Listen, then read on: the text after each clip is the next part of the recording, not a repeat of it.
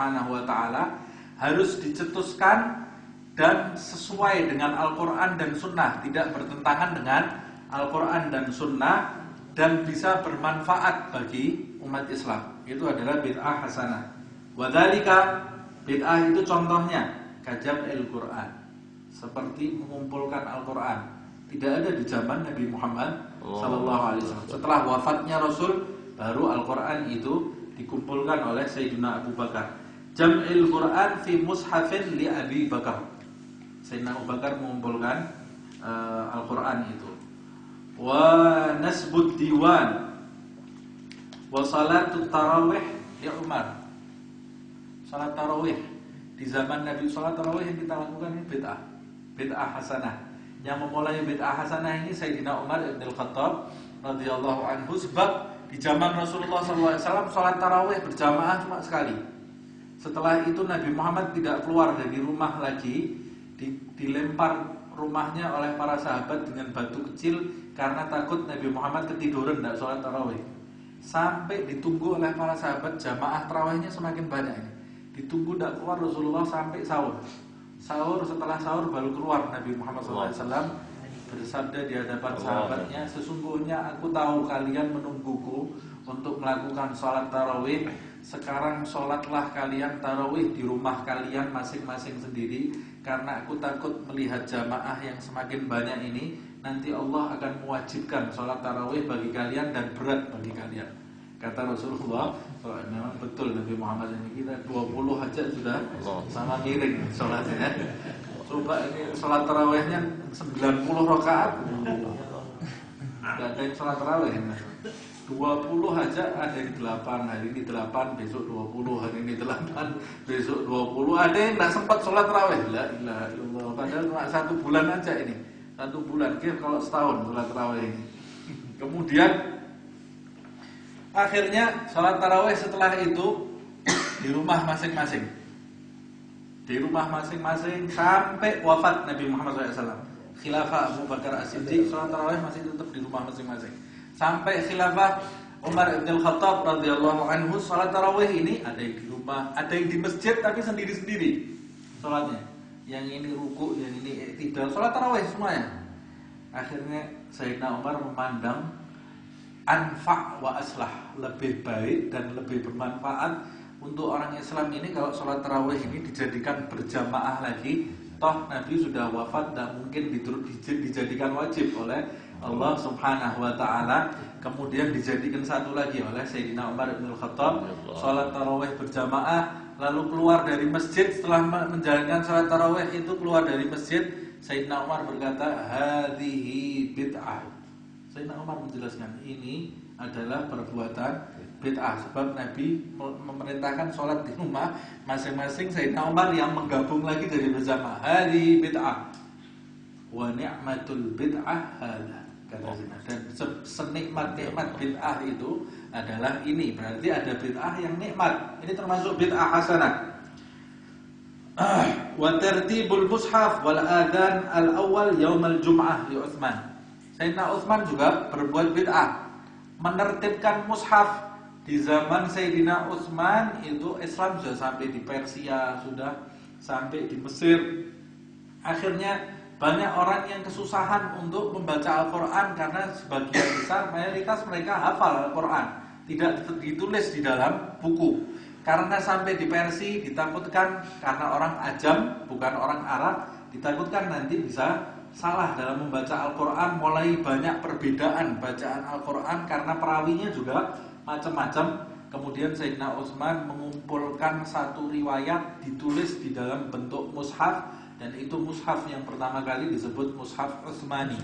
Dan ini perbuatan bid'ah karena di zaman Nabi Al-Quran tidak ditulis di kertas.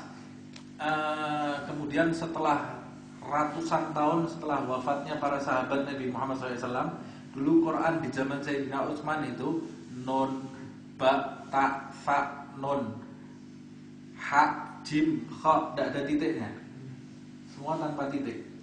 Jadi mereka bisa tahu ini jim, ha, kha dari bentuk hurufnya. Ini ba, ini ta, ini nun dari bentuk huruf. Tidak ada titik dulu di zaman Nabi Muhammad SAW. Titik itu dibuat ratusan tahun setelah wafatnya para sahabat Nabi Muhammad SAW, baru kemampuan orang Islam ini mulai menurun. Makanya kemudian dibuat kalau ada garis melengkung titik 1 di bawah itu ba, garis melengkung titik 2 di atas itu ta. Ini bid'ah semua di titik ini ya. Kemudian ratusan tahun setelah itu orang sudah tidak bisa baca lagi, sudah dikasih titik tidak bisa baca. Kasih fathah kasroh, tak fathah tak kasroh ti, tak domah tu, tanwin tantin tun. Ini orang sudah dibuat lagi rumusnya. Sampai akhirnya bid'ah kedua di Al-Quran ketiga muncul, yaitu fathah kasroh. Sekarang sudah fathah kasroh, banyak yang tidak bisa baca Al-Quran. Mau dikasih apa lagi? Tidak bisa. Akhirnya dengarkan MP3 Al-Quran, tidak ada yang baca. Nah, kemudian wal adzan al-awwal yaumul jum'ah, adzan pertama. Adzan itu dulu sekali. Di zaman Sayyidina Utsman, orang sudah banyak bekerja, lapangan sudah semakin jauh tempatnya orang. Kalau adzannya sekali langsung khotib naik mimbar, banyak orang yang ketinggalan fadilah Jumat. Akhirnya dibuat di zaman Sayyidina Utsman adzan 2 kali. Adzan yang pertama mengingatkan orang untuk segera ke masjid, adzan yang kedua khatib naik ke mimbar. Ini adzan yang pertama ini bid'ah, tidak ada di zaman Nabi Muhammad SAW. Kata Ibn Mas'ud radhiyallahu anhu, bid'ah yang pertama yang terjadi di zaman setelah wafatnya Nabi Muhammad SAW adalah orang ke masjid tidak dari malam hari. Itu bid'ah yang pertama. Orang ke masjid mulai duha. Nah sekarang kalau Ibn Mas'ud hidup di zaman sekarang nangis orang. Orang ke masjid sudah khatib mau akhir baru ke masjid. Ini orang sahabat dulu kalau ke masjid sampai disebutkan dalam riwayat ke masjidnya bawa lentera. Mau apa ke masjid bawa lentera? Karena mereka ke masjid dari malam hari.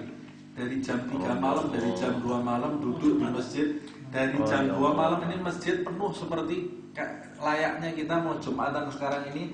Kemudian mereka duduk sampai datang waktu Jumat.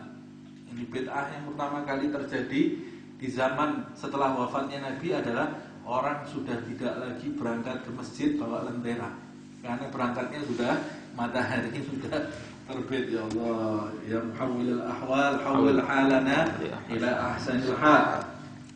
Kemudian di zaman Sayyidina Ali juga Imam Ali orang pertama kali yang mencetuskan ilmu kalam, ilmu akidah dan ilmu nahwu. Yang pertama kali mencetuskan adalah Imam Ali bin Abi Thalib, dan itu merupakan perbuatan bid'ah di zaman Nabi Muhammad SAW. Tidak ada ilmu tauhid, yang ada Al-Quran selesai dan hadisnya Rasulullah SAW. Kemudian dirumus oleh Imam Ali karena Islam sudah sampai menyebar kemana-mana. Faham Yunani ini sudah masuk ke orang-orang Islam. Banyak orang mempertanyakan masalah ketuhanan. Orang Yunani Tuhannya banyak, ada Tuhan yang di atas, ada Tuhan yang di langit, ada yang Tuhan.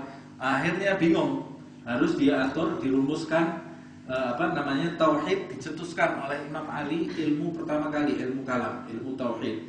Kemudian ketika melewati orang, karena banyak orang ajam ke Arab, bahasanya orang Arab jadi hancur. Ada anak salah menyebut, nahunya salah. Akhirnya Imam Ali dengar ini harus dirumuskan ini. Qawaid grammar bahasa Arab, kalau enggak bisa habis nih berapa tahun ke depan bahasa Arab yang asli tidak kelihatan lagi. Makanya kemudian dirumuskan. Inilah bid'ah yang hasanah. Kemudian yang kedua bid'ah madhmumah, bid'ah yang tercela. Bid'ah yang tercela ini ala lisan zuhud wal wara' wal qanaa'ah faqat. Bid'ah yang tercela ini bid'ah dari sisi kaum zuhud, orang-orang yang jauh dari dunia, dan wara', orang-orang yang berhati-hati dalam menjalani hidup, wal qanaa'ah, orang-orang yang merasa cukup atas pemberian Allah Subhanahu wa taala. Yaitu bid'ah yang tercela ini kat tawassu' fil malabis wal ma'akil wal masakin al mubahah.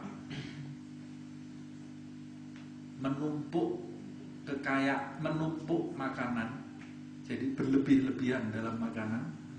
La ilaha illallah, ini kita kena semua ini ya.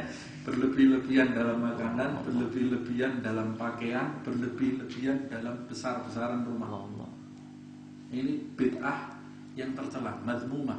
Tapi kalau rumahnya besar gini dimanfaatkan untuk orang banyak, bukan tercela, sesuai dengan kapasitasnya.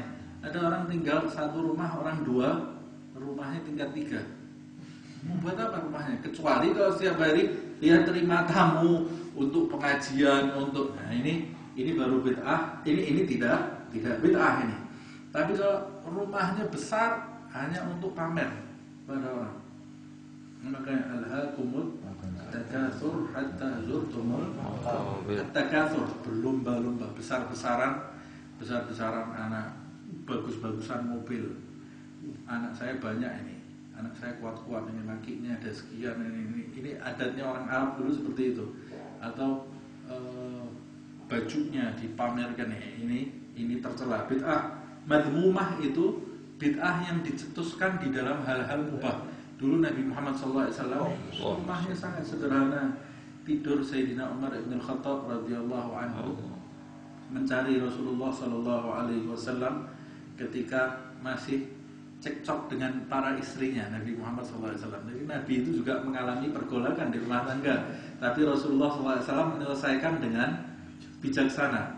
Rasulullah SAW istrinya marah dengan Rasulullah SAW, ditinggal Nabi Muhammad SAW. Akhirnya Nabi Muhammad SAW balik ke rumahnya, akhirnya sampai turun surat Al-Hujurat gitu, dikecam istrinya Nabi Muhammad SAW, suruh milih Nabi Muhammad apa milih dunia.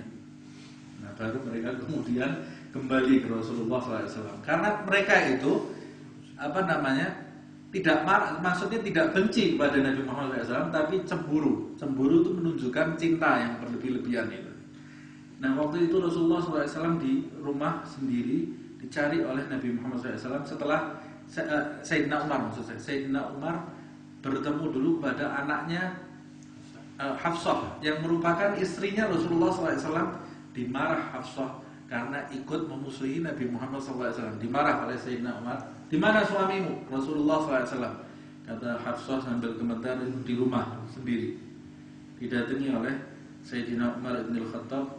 Waktu masuk dilihat Nabi Muhammad SAW masih tidur beralaskan pelepah kurma. Rasulullah SAW ini makhluk yang paling dicintai Allah Subhanahu Wa Taala. Melihat itu, melihat Sayyidina Umar masuk, Rasulullah bangkit. Kata Sayyidina Umar, aku lihat sampai memerah pipi sucinya Rasulullah Sallallahu Alaihi Wasallam karena bekas pelepah kurma tadi. Lalu Sayyidina Umar menitikkan air mata, ya Rasulullah, aku sudah pergi ke Kisra, aku sudah pergi ke Romawi dan ke Persia, dan aku lihat raja-raja mereka ini bertelekan di dipan dan dimuliakan oleh kaumnya, dan engkau adalah orang yang dimuliakan oleh Allah Subhanahu Wa Taala tidur di pelepah kurma. Kata Rasulullah SAW, ya Umar, bukan begitu yang dicari. Apa artinya dunia kalau nanti di akhirat kita ini menjadi raja-raja di akhirat? Kata Rasulullah SAW, atau kama qala Nabi Muhammad SAW. Nah, Rasulullah hidupnya sederhana, makannya tidak banyak, pakaiannya Nabi Muhammad SAW sederhana. Dan mulai setelah itu, di zaman Sayyidina Abu Bakar, Sayyidina Umar, mulai zaman Sayyidina Utsman, makmur Islam sampai Sayyidina Utsman ini setiap hari nangis. Sayyidina Abdurrahman ibn Auf setiap hari menangis sejadi-jadinya ketika ditanya oleh sahabat, oleh murid-muridnya, ini kenapa kamu setiap hari nangis? Hidup kamu ini enak. Sayyidina Abdurrahman bin Auf ini kaya raya. Kata Sayyidina Abdurrahman, sungguh aku mengalami Nabi Muhammad SAW mengganjal perutnya dengan batu, tidur di tempat sederhana, rumahnya sederhana, dan aku Abdurrahman ibn Auf di mana-mana dicukupi di dunia ini. Aku takut pahalaku yang di akhirat ini disegerakan di dunia sehingga aku di akhirat gak dapat apa-apa. Kata Abdurrahman ibn Auf. Mereka semua ketakutan dengan kekayaan yang mereka miliki, takut dengan hisabnya Allah Subhanahu Wa Taala. Ini menunjukkan mereka ini orang-orang yang menjalani hidup ini dengan hati-hati, dengan merasa cukup, tidak pernah protes kepada Allah Subhanahu Wa Taala. Bukan berarti artinya kita tidak boleh bekerja, tidak boleh jadi orang kaya, bukan berarti seperti itu. Tapi jadikan kekayaan ini yang bermanfaat untuk perkembangan Islam. Sebab orang-orang tua kita dulu, para salaf pendahulu kita ini orang-orang yang kaya raya. Imam Ali Zainal Abidin disebutkan di dalam sejarah, ada orang minta uang 1000 dinar karena disangka Imam Ali yang mencuri uangnya 1000 dinar. Mana uangku 1000 dinar? Keluarkan uang 1000 dinar. Punya uang 1000 dinar Imam Ali. Setiap malam kerjanya bawa beras memberi fakir miskin. Orang nggak tahu ini siapa yang memberi kita makan ini, kata orang-orang penduduk Madinah. Taunya setelah wafat Imam Ali Zainal Abidin tidak ada lagi orang yang membagi beras. Orang miskin keluar dari rumahnya. Ini orang kaya raya. Sayyidina al-Muhajir Ahmad bin Isa berangkat hijrah dari Irak menuju ke bumi Hadramut. Kekayaannya luar biasa, banyak disedekahkan kepada orang-orang. Dan begitu pula Habib Abdurrahman Asgaf punya kebun kurma berhektar-hektar, punya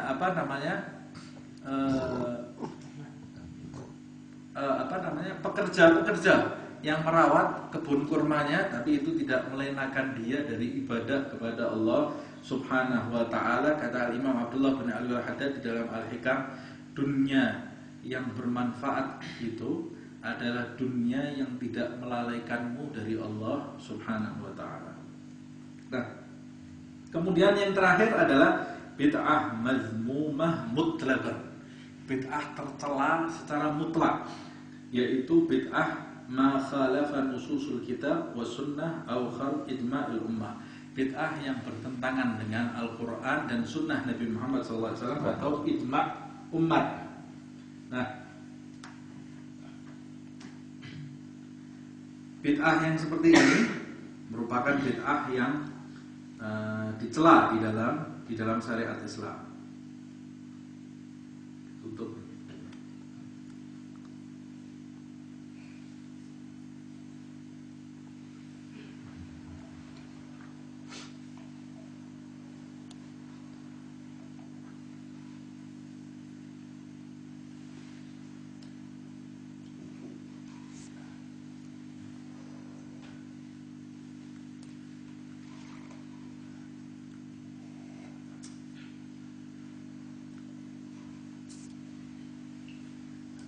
Ya.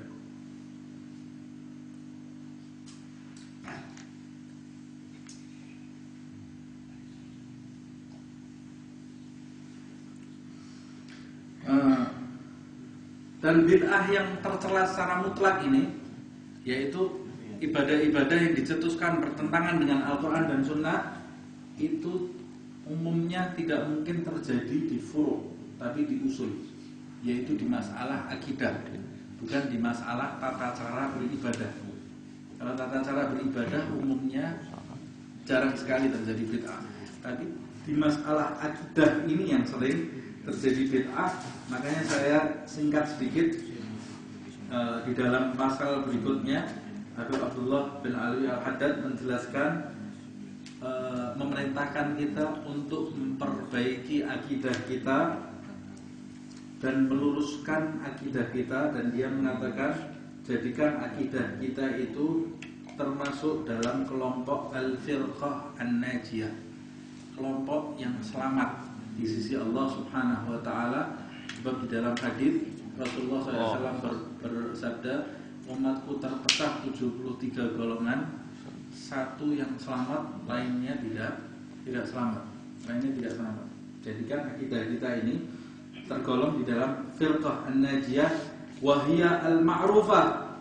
Akidah yang firqah yang selamat itu, kata Habib Al-Haddad, ma'ruf, diketahui, jelas, nyata, baina sa'il firaq al-islamiyah, dikenal di antara firqah-firqah Islam itu dengan sebutan bi ahli sunnah wal jamaah, dengan firqah ahli sunnah wal jamaah.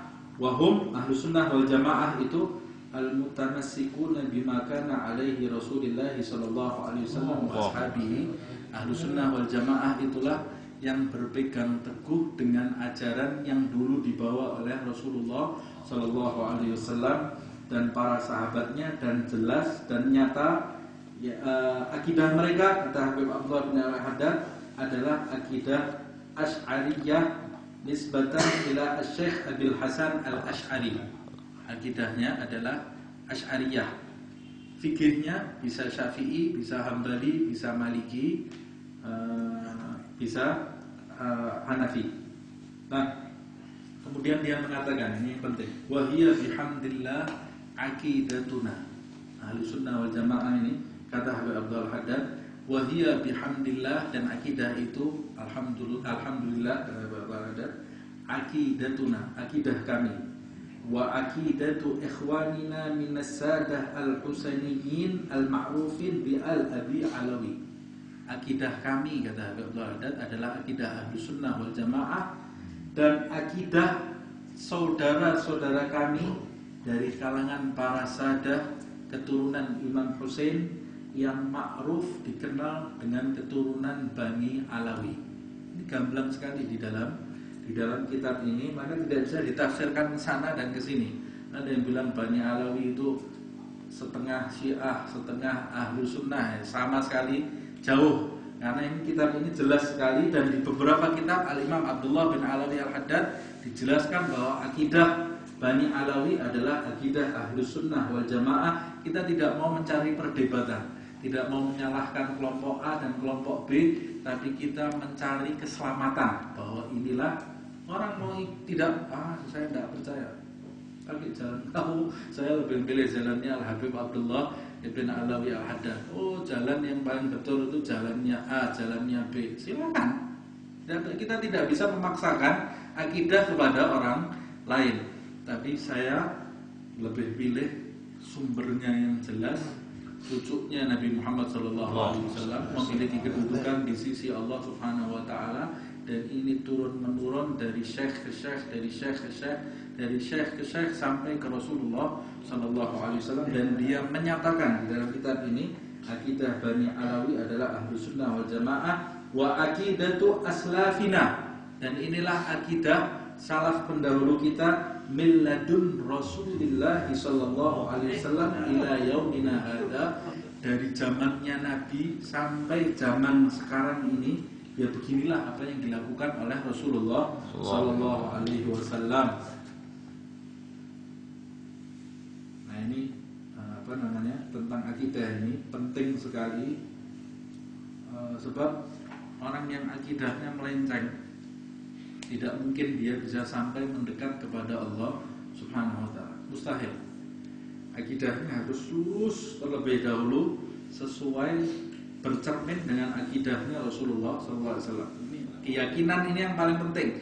Kalau masalah furu'iyah, tata cara dalam beribadah ini, pendapat banyak sekali. Tapi kalau masalah usul, masalah akidah, sudah jangan spekulasi dalam masalah seperti ini. Soalnya jangan pertahankan sesuatu yang tidak jelas, atau mempertahankan sesuatu yang kita sendiri tidak ahli dalam hal itu. Pasrahkan kepada orang-orang yang ahli. Nah, mereka ini, para imam ini, khususnya Habib Abdullah bin Alawi Al-Haddad, disebutkan di dalam banyak manaqibnya, mereka ini lebih mengetahui jalan ke langit daripada jalan di bumi.